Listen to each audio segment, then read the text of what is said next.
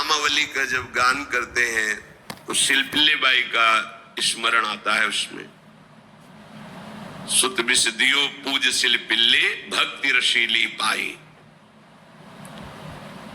देखो कितना विश्वास होता है भक्त को, कैसा वो श्रद्धावान होता है। एक राजकुमारी और दूसरी एक जमींदार की पुत्री, दोनों को मित्रता थी। एक दिन राजा के यहां भगवत प्रेमी महात्मा आए। वो संत सेवी राजा थे। महात्मा जन आते रहते थे और महात्माओं का कार्य ही होता है निरंतर अपने प्रभु की सेवा और सुमिरन में मगन रहना। सेवा सुमिरन ये बहुत बड़ी सामर्थ्य है। अगर हम हर समय सेवा और सुमिरन में रहे तो कभी कोई माया प्रपंच हमें परास्त नहीं कर सकता। जहां हम सेवा सुमिरन से अलग हुए वहीं माया का प्रभाव पड़ता है। तो भगवान का शालिग्राम स्वरूप उनके पास था। खूब भाव से सेवा कर रहे थे और नवीन अवस्था की कोमल हृदय वाली ये दोनों सखियां देख रही थी। इनके मन में आया ऐसे हम भी ठाकुर सेवा करेंगे। देखने से सुनने से हमारे हृदय में प्रभाव पड़ता है। गंदी बातें देखेंगे, गंदी बातें सुनेंगे, उसी का चिंतन होगा, हृदय गंदे आचरणों की प्रेरणा वाला बन जाएगा। अगर हम भागवतिक बातें सुनेंगे, भागवतिक दर्शन करेंगे तो भागवतिक चिंतन होगा, हृदय भागवतिक प्रेरणा वाला बन जाएगा। कई दिन संत भगवान रुके, रोज सेवा कीर्तन कथा सरल हृदया। उन दोनों सखियों में बात आई कि चल करके संत भगवान से कहते हमको भी ठाकुर जी दीजिए। दोनों ने चरण पकड़कर प्रार्थना की, गुरुदेव हमारे हृदय में भी इच्छा हो रही कि हमें ठाकुर सेवा मिले। अब दोनों बच्चे ही थे। संत भगवान ने विचार किया सेवा पद्धति में बहुत सावधानी की आवश्यकता होती है। अभी ये बच्चे हैं, कहीं सेवा अपराध न बन जाए। सेवा अपराध भी होता है। उपासना में चलने वाले उपासक को सेवा अपराध और उप सेवा अपराध 32 ये 64 इन पर सावधान रहना चाहिए। ये गलती नहीं होनी चाहिए। जैसे आप ठाकुर सेवक हैं, अपने घर में सेवा विराजमान किए हुए हैं। अब जैसे आपको ठाकुर जी के दर्शन के लिए जाना है, जहां तक ठाकुर जी के दर्शन करने के लिए जाना है, हो सके तो पादुका न पहने, नंगे पैर दर्शन करने जाए। यदि आप में ऐसी सामर्थ्य नहीं है किसी कारण से, तो सीढ़ियों में पादुका नहीं पहनना चाहिए। जहां से मंदिर की सीढ़ियां हैं, पादुका उतार कर माथा रखकर सीढ़ी में फिर चढ़ना चाहिए। खड़ाओं या पादुका पहन करके श्री विग्रह के दर्शन करने के लिए जाने में फिर अपराध लगता है। अरे अपने मालिक के दर्शन करने जा रहे हैं, स्वामी के दर्शन करने जा रहे हैं, प्रभु के दर्शन करने जा रहे हैं, तो अपनी कुटिया से और मंदिर तक नंगे पैर जाना चाहिए। ये भावना रखनी चाहिए। भरत जी जा रहे हैं प्रभु के दर्शन करने के लिए, अयोध्या से पैदल ही चले थे, तो सुकुमार चरणारविंद तो बड़े बड़े फफोके छाले पड़ गए थे। वशिष्ठ जी ने देखा, सबने मिलकर भरत जी से कहा पालकी पे बैठ जाइए। तो उनका हाँ, मेरे प्रभु यहाँ नंगे पैर चले हैं और मैं पालकी पे बैठ जाऊं? उचित तो यह है कि अपने प्रभु के दर्शन के लिए मैं जा रहा हूं, तो जहां जहां प्रभु के चरण पड़े वहां मेरा शीश पड़े, अर्थात सिर भर जाऊं। उचित मोरा सब ते सेवक धर्म कठोरा। यहां मैं सर के बल चल के जाऊं पर असमर्थ हूं। तो आप कह रहे हैं पैर में छाले पड़ गए, आप सवारी में बैठ जाइए, ऐसा नहीं हो सकता। तो अपने प्रभु के दर्शन करने के लिए जब जाए तो हो सके सामर्थ्य हो तो पादुका न पहने, कोई खड़ाऊं चप्पल जूता आदि ना पहने। अगर पहने तो बस सीढ़ी तक ही पहन कर जाए, ऊपर सीढ़ियों के नहीं। इतने सुकुमार मत बनो, ये आग में जलाया जाएगा शरीर, ये गाड़ दिया जाएगा शरीर, इससे ज्यादा प्यार ना करो। अब इतना दृढ़ विश्वास कि ये बच्चे हैं, सेवा भाव कैसे पूर्ण कर पाएंगे? तो उन संत भगवान ने दोनों बच्चियों से कहा, कल ठाकुर जी लाएंगे, हम आपको दे देंगे। तो गांव में घूमे तो आसपास गोले गोले से पत्थर मिले, पत्थर लाए 2 और कहा कि ये लो तुम्हारे ठाकुर जी हैं। दोनों को दिया। देखो, गुरु वचनों पर और गुरु प्रदत्त सेवा वस्तु पर कितना भाव होना चाहिए। उन्होंने दृढ़ विश्वास किया कि मुझे भगवान गुरुदेव ने दिया, ये भगवान है मेरे। दोनों ने अपने हृदय से लगाया। अब एक जमींदार की पुत्री थी, एक राजकुमारी, स्वर्ण के सिंहासन में, और उनका नाम रखा शिल्पिल्ले ठाकुर। शिल मतलब पत्थर, तो उनका तुम्हारे ठाकुर का नाम शिल्पिल्ले गोविंद है। दोनों सिंहासन पर रखकर आराधना कर दी। भाव प्रतिपल बढ़ता गया, नाम निरंतर जप। गुरु प्रदत्त ठाकुर पर विशेष चमत्कार हृदय में प्रकट होता है यदि उन्हीं की नियमावली से चलो। अपने मन से बाजार से खरीद लाए, विराजमान किए, कभी सेवा की कभी नहीं की, वो भी अच्छा है, कम से कम भागवतिक भाव तो है। लेकिन सिद्धि जो प्राप्त होती है वो गुरु कृपा से, गुरु प्रदत्त ठाकुर से। जैसे धन्ना जी को भांग के बट्टे में ठाकुर जी प्रकाशित हो गए, गुरु प्रदत्त। अब ये सखियां जब बड़ी हुई तो इनके ब्याह की बात हुई। तो जो राजकुमारी थी, उनका राजकुमार से किसी से ब्याह तय हुआ, ब्याह हो गया। अपने माता पिता से जब विदाई ली तो अपने ठाकुर जी को, जो सिंहासन में थे, सिंहासन से एक सुंदर पेटी में से और गोद में रखकर, और अंदर ही अंदर जल रही है कि प्रभु मैंने प्रीतम आपको माना है, संसार के व्यवहार में ये प्रीतम बना हुआ है, पर प्रभु हमारे प्रीतम 2 नहीं हो सकते, हमने हृदय से आपको माना। इसी विचार में वो बड़ी उदास है। पहले पालकियों में ऐसा राज सैनिक चल रहे हैं, पालकियों में वो बहू जा रही है और राजकुमार घोड़े पर। राजकुमार बार बार पालकी के समीप जाता, दर्शन करने की इच्छा होती है ना, तो उदास देखता, मन में बड़ी गिलानी हुई। उसने कहा, एक नदी थी, उसने कहा यहां हम थोड़ी देर विश्राम करना चाहते हैं, राजकुमारी की पालकी रखी जाए और सैनिक दूर खड़े हो। तो राजकुमार वैसे ही आज्ञा हुई। तो बात करना चाहते हैं, पर वो ना देखती है और ना बात करती है। और इतना सुंदर रूप, क्योंकि ब्रह्मचारिणी और भगवत आराधना। अब उसके हृदय में जलन हुई कि ऐसा क्या है जो हमसे बात नहीं कर रही। बस बार बार ऐसे पिटारी खोल के ऐसे ठाकुर जी को देखती। नाम जप और सेवा के प्रभाव से वो सिल नहीं रह गया था, वहां उसको सांवरे श्याम सुंदर की झांकी मिलती थी। जब अपने शिल्पिल्ले ठाकुर जी को देखती तो ललित त्रिभंगी श्री लाल जो महाराज श्याम सुंदर दिखाए, अत्यंत आसक्ति। गुरु प्रदत्त किसी भी शब्द में, किसी भी वस्तु में दिव्यता होती है, बस हमारी भावना होनी चाहिए। अरे बोले ये हम नहीं दे सकते, ये गुरु प्रदत्त है, नहीं हम प्राण दे सकते हैं, लेकिन ये नहीं।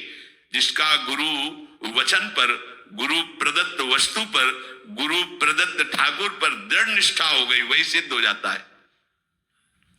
अब उसने समझ लिया कि पिटारी में जो कुछ है यही हमारे और राजकुमारी के बीच में बाधा है। 2-4 दासियों को बुलाया और कहा इनको बातों में उलझाओ, पिटारी पीछे हमें दो। और प्रवीण दासियां उनको विनोद भाषा में, हंसी मजाक में बात, लेकिन वो उदासीन, धीरे से गोद में पेटी थी, ले ली, हम लिए हुए हैं, आप बातचीत में सारा, और पेटी उनको दे दी। राजकुमार ने राजकुमारी से कहा यही पेटी तो हमारे आपके बीच में बात, फेंक दी नदी में। अब तो जो उसके हृदय में पीड़ा हुई, भारी व्याकुलता। अब राजकुमार सैनिकों के साथ तुरंत पालकी उठवाई, मैं ले गया। पर वो आसक्त है, इतनी सुंदर राजकुमारी, क्योंकि भागवतिक तेज से संपन्न में आकर्षण होता है। राजकुमारी ने कहा, यदि हमारे ठाकुर नहीं तो मैं नहीं।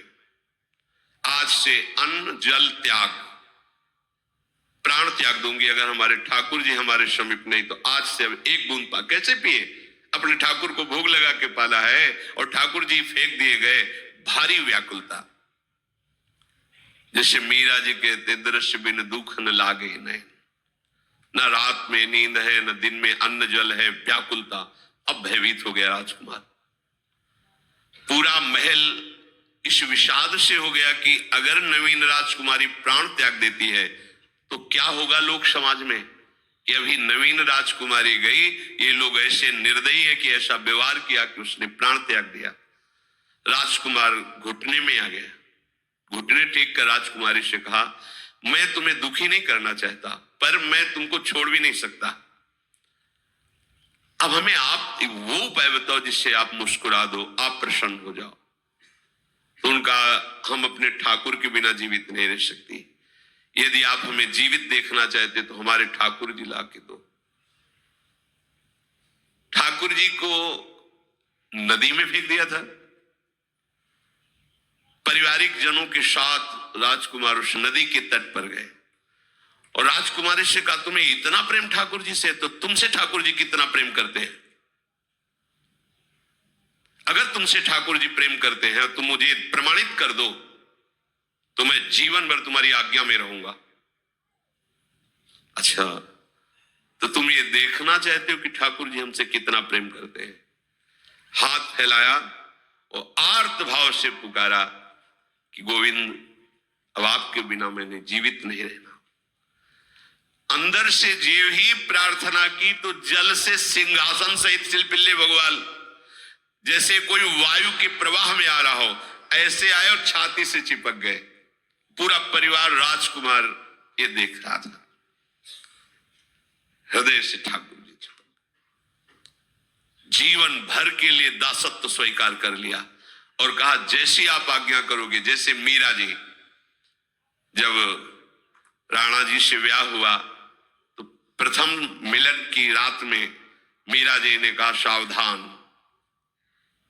तुम हमारे पति नहीं हो, मेरा सुहाग गिरधर से है, श्याम सुंदर ही मेरे पति हैं। व्यवहार में तुम पति बने हो, यदि हमारी बात समझ पा रहे हो तो जीवन में कभी हमारा स्पर्श मत करना। ये जीवन केवल गिरधर के लिए, दूसरे के लिए नहीं। उतर गए शैया से और जैसे सेवक होता है, बोले, अहो भाग्य, मुझे ये सौभाग्य मिला कि इतनी महाभागवती की सेवा करने का। एकांत में मैं सदैव तुम्हारे शिष्य की तरह बर्ताव करूंगा, पर समाज में तुम्हें बहू की तरह बर्ताव करना होगा, नहीं तो लोग जीने नहीं देंगे। समाज में पत्नी की तरह और एकांत में गुरु शिष्य के, तुम हमारी गुरु होगी और हमसे। ऐसा ही बर्ताव राणा ने जी, ऐसा ही उस राजकुमार ने दिया। हमारी भागवतिक निष्ठा ऐसी होनी चाहिए कि जो गुरुजी ने मंत्र दिया है, जो गुरुजी ने उपासना दी है, उसमें दृढ़ विश्वास होना चाहिए। हमारे अंदर किंचन मात्र फिसलाव नहीं होना चाहिए। और आगे जो महामहिम सूत्र है, जब तक हमारा मन प्रभु में समर्पित ना हो जाए तब तक पाप होने की संभावना होती है। बड़े बड़ों से चूक हो जाती है। इसमें यह नहीं कहा जा सकता कि हम इतने वर्ष से साधन में लगे, हमसे चूक नहीं होगी, ये तो भूल जाना। बड़े बड़ों से चूक करवा देना माया का कार्य होता है, पर जिनका मन प्रभु को समर्पित हो गया है उनसे चूक नहीं हो सकती। इसलिए जो अगला सूत्र वर्णन किया कि जितने भी पापाचरण होते हैं वो सब मेरे से होते हैं, ऐसा उपासक दृढ़ निश्चय करे। ऐसा नहीं कि पापाचरण भगवान से, भगवान करा रहे हैं। ये लोगों का एक प्रश्न होता है कि जब सब कुछ भगवान करा रहे हैं, भगवान की इच्छा के बिना पत्ता भी नहीं हिलता, तो जो हम पापाचरण, गलत आचरण, वो भी तो भगवान ही करा रहे हैं। इस विषय को समझना है। आज के समाज का जो मानसिक स्तर है, जब हम त्याग की बात करते हैं कि गंदे आचरण नहीं करने चाहिए, तो जो समझाया जाता है और जो समझ है आज की आधुनिक, वो ये समझ है कुछ ऐसे जनों ने ये निर्धारित भी किया है कि बहुत भोग कर लेने पर भी समाधि की प्राप्ति होती है। अगर ऐसा होता तो लाखों लोग समाधि को प्राप्त होते, लाखों लोग बिना साधना के। क्यों? बचपन से लेकर के पूरे जीवन तक भोग ही भोग रहे, सब समाधि में पहुंच जाते। प्रायः सबके दिमाग में बात बैठी है कि अगर हम भोग ले तो हम मन को समझा सकते हैं, लेकिन आप बात अनुभव की समझ लीजिए कि आप भोगने के लिए जो ही गए तो मन के गुलाम बन करके गया, वो कभी तुम्हें मुक्त होने का अवसर नहीं देगा। और आज तक किसी ने भी ऐसा नहीं कहा भोग भोगने के बाद कि आज के बाद मैं प्रण करता हूं, मैंने जान लिया कि इसमें सुख नहीं है, आज के बाद कभी भोग नहीं भोगूंगा। कभी किसी ने नहीं कहा। सबको इस दलदल में गिरने के बाद सदगुरु या भगवान ने ही निकाला है, स्वयं आज तक कोई निकल नहीं पाया, कोई नहीं निकल पाया। ये ऐसा दलदल है। पर लोगों की भ्रांति रहती है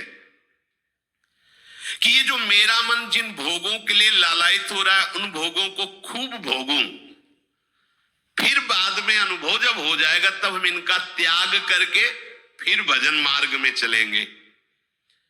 जो भजन मार्ग में चलते हैं उनके मन में भी लगा रहता है कि अगर एक बार भोग लूं तो मन को समझा तो सकता हूं।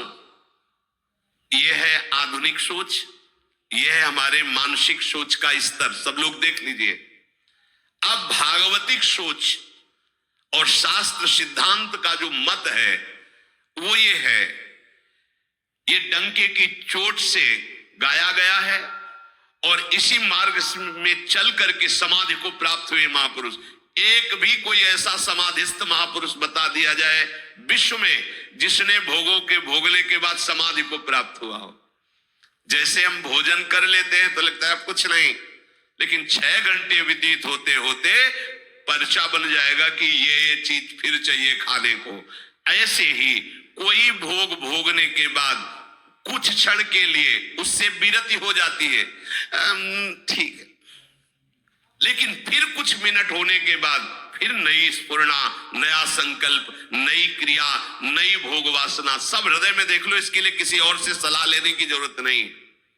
इसलिए ये जो संतों का मत है, शास्त्र का मत है कि भोगों के भोगने से भोग वासना दृढ़ होती है, कामना बढ़ती है, ना कि शांति मिलती है।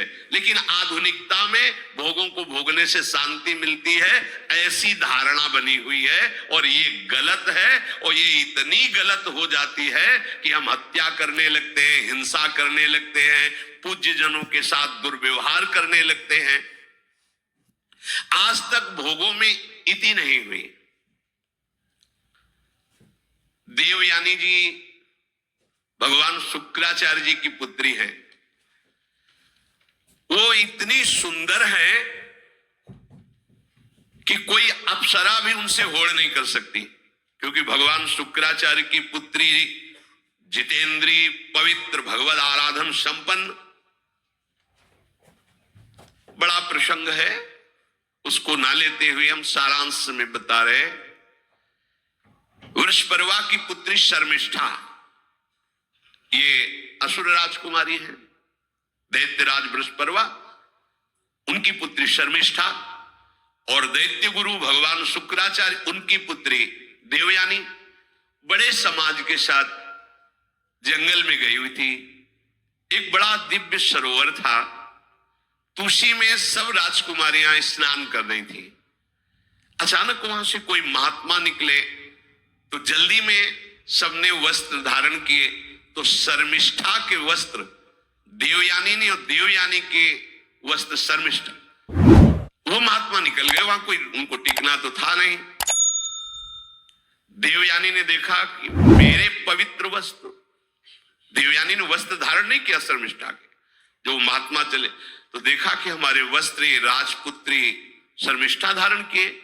तो उनका तुझे पता है मेरे वस्त्रों को स्पर्श करने का भी तेरे को अधिकार नहीं, तूने धारण कैसे कर लिया? तो उनका ज्यादा मत बोल, इतना गुमान करके मत बोल। जैसे सब सेवक पलते हैं मेरे महाराज से, ऐसे तेरा पिता और तू भी मेरे महाराज के द्वारा ही पोषित है, क्योंकि वो तो राजा है, सारी सेवाएं वही देते हैं।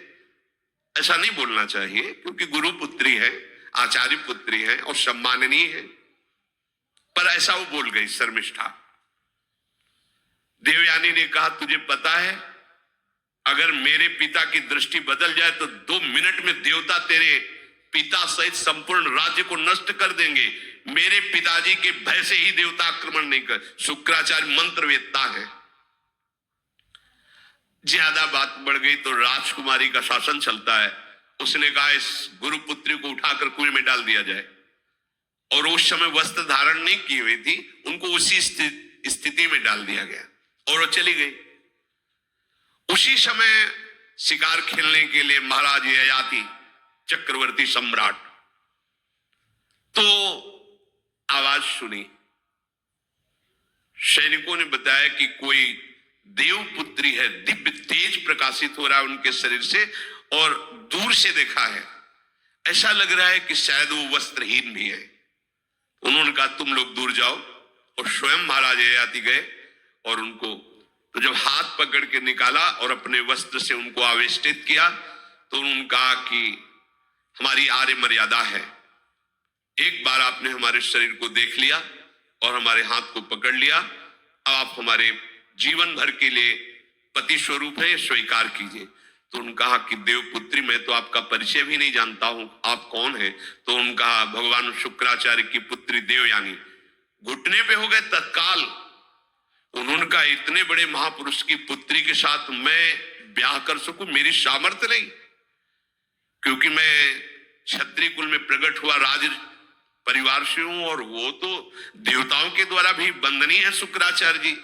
तो उनका आप निश्चिंत रहो, ये विषय मैं संभालूंगी, पर आप मेरे पति हैं, ये स्वीकार कीजिए। बोले यदि शुक्राचार्य जी इस पर राजी हैं तो हम ये बात स्वीकार करते हैं। शुक्राचार्य जी विलंब होने के कारण व्याकुल ही थे। देवयानी जी ययाति जी को लेके गई। बड़ा प्रसंग है, पर उन्होंने कहा जब आप राजी हैं तो हम राजी हैं। शुक्राचार्य जी राजी हुए और वृषपर्वा को सूचना दिया कि मैं तुम्हारे राज्य को त्याग कर जा रहा हूं। वो तो तत्काल आकर चरणों में गिरे, महाराज आपके बिना मेरा अस्तित्व क्या है, आप कैसे राजी हो सकते हो? बोले मेरी पुत्री को दिगंबर करके कुएं में डाल दिया गया, मैं इस अपराध से बिल्कुल तुम्हें माफ नहीं कर सकता। बोले कोई उपाय? तो बोले देवयानी बोले। तो देवयानी ने कहा तुम्हारी पुत्री हमारी दासी होकर चले तो मैं तुम्हें क्षमा कर दूंगी। बोले बिल्कुल ठीक, तथास्तु। पूरे राज्य की रक्षा के लिए राजकुमारी शर्मिष्ठा को देवयानी की दासी भाव में अब महाराज ययाति के महल पे पहुंचे। देवयानी ने कहा कि ये जो दासी भाव में आई हुई है ये सर्वांग सुंदरी है, और आपका कभी मन उधर चलना भी नहीं चाहिए, अगर चलेगा तो आप हमारे दंड के पात्र बन जाएंगे। स्वीकार कर लिया और बहुत दूर उनके लिए महल का निर्माण करवाया और वो सेवा में आती है। कुछ समय के बाद जब देवयानी जी के पुत्र हुए तो वन विहार के लिए अपने पुत्रों को लेकर चली, तो उधर शर्मिष्ठा के 2 पुत्र हो चुके थे, इनको पता भी नहीं था, और वो दौड़ कर आए, ययाति को पिताश्री कह करके आलिंगन किया। छोटे छोटे बच्चे। देवयानी ने कहा कि हमने कहा था तुम्हें देखना भी नहीं है, और ये किसके पुत्र हैं? शर्मिष्ठा मुस्कुरा रही थी। देवयानी ने कहा तुम्हें दंड देंगी ही देंगी, और चली गई भगवान शुक्राचार्य जी के पास। ययाति भयभीत होकर के गए और शुक्राचार्य से प्रार्थना करे क्षमा कीजिए मुझसे गलती हो गई। और शर्मिष्ठा से ऐसे नहीं मिले। शर्मिष्ठा ने कहा था कि आप जानते हैं कि मैं दासी नहीं हूं, मैं राजकुमारी हूं, ईर्ष्यावश दासी बना करके लाई गई हूं, और मेरी सखी के पति हो इसलिए आप मेरे भी पति हो, मेरा अधिकार है आपसे संतान उत्पन्न करने का, शास्त्रीय सिद्धांत है। शुक्राचार्य जी ने कहा कि जो देवयानी कहेंगी वही हम मानेंगे, क्योंकि मेरी पुत्री है। क्या चाहती हो? तो बोले पुरुषत्व से इनको हीन कर दो। गुस्सा में आके शुक्राचार्य जी ने कहा तथास्तु। उसी समय महाराज ययाति पुरुषत्व से हीन हो गए और वृद्धावस्था छा गई शरीर में। अब ययाति ने कहा, अब सुखी रहोगे तुम? तब देवयानी को भी होश आया कि ये तो क्या हमने अपना ही सर्वनाश कर लिया। कहा, पिताजी अब इसका सुधार कैसे होगा? तो बोले, जो पुत्र अपनी यौवन अवस्था दे देगा वही यौवन अवस्था इनके ऊपर आ जाएगी, वृद्धावस्था उसके पास चली जाएगी। महाराज ययाति ने अपने बड़े पुत्र यदु जी से कहा, तो उन्होंने कहा, इसका प्रयोग कहां होगा? मां के साथ कदापि नहीं। मेरी यौवन अवस्था का प्रयोग मेरी मां के साथ कदापि नहीं, क्योंकि वो बड़े ज्ञानी महात्मा, इन्हीं के वंश में भगवान श्री कृष्ण का प्रादुर्भाव हुआ, इसलिए यदुवंशी कहेंगे। सबसे छोटे, शायद उनका नाम पुरु, ऐसा कुछ।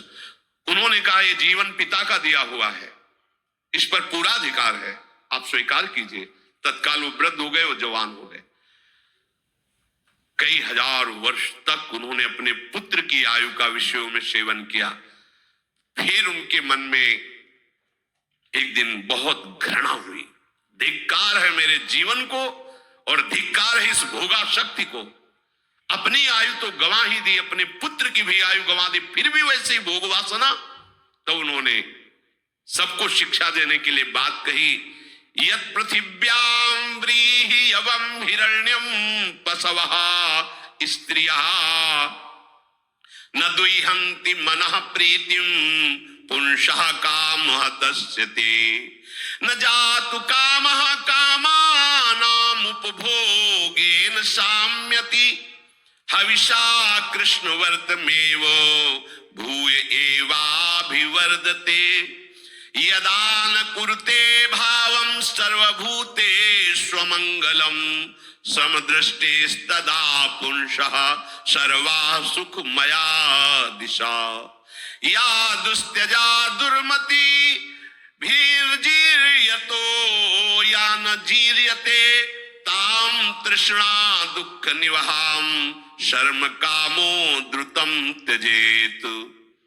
जिसका हृदय काम से व्याकुल हो गया है, उसको त्रिभुवन की सारी सुंदरी स्त्रियां दे दी जाए, जौ धान्य स्वर्ण पशु सब वैभव, तो भी वो कभी तृप्त नहीं हो सकता। ये महाराज ययाति का अनुभव। त्रिभुवन की विषय भोग भोगने से भोग वासना शांत नहीं होती, वरम और प्रबल हो जाती है। जैसे घी की आहुति डालने पर आग भड़क उठती है, वैसे ही भोगों को भोगते रहने पर भोग वासनाएं प्रबल रूप धारण कर लेती, और वो इतना कमजोर हो जाता है कि सोचता है मैं इसके बिना जी नहीं सकता।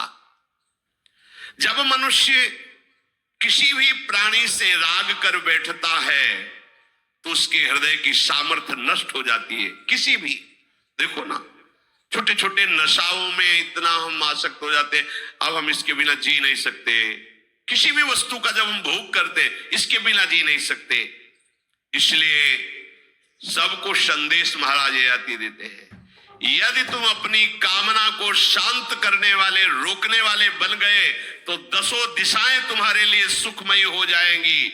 विषयी पुरुष को तृष्णा रात दिन जलाती रहती है, बहुत भोग भोगने पर भी वो कभी शांति या तृप्ति प्राप्त नहीं कर पाता। इसलिए जब हम भगवत मार्ग में चलते हैं तो ये तृष्णा और कामना ये डाइन की तरह हमारे हृदय में लगी रहती है। तृष्णा, भोगे हुए भोग को बार बार भोगने की इच्छा, कामना, सुने हुए देखे हुए भोगों को भोगने की इच्छा। तो उपासक जब तक अपने मन को प्रभु में नहीं दे पाता, तब तक मन ये धोखा दे देता है। इसलिए बहुत सावधान रहना चाहिए। प्रभु की शरण में हो करके नाम जप करो और सदैव गुरुजनों की आज्ञा पर रहो, तो ये काम, कामना, वासना, ममता, आसक्ति, राग, द्वेष ये तुम्हें बांध नहीं पाएंगे। इनकी कृपा से आपको भगवत साक्षात्कार हो जाएगा। गुरुवाणी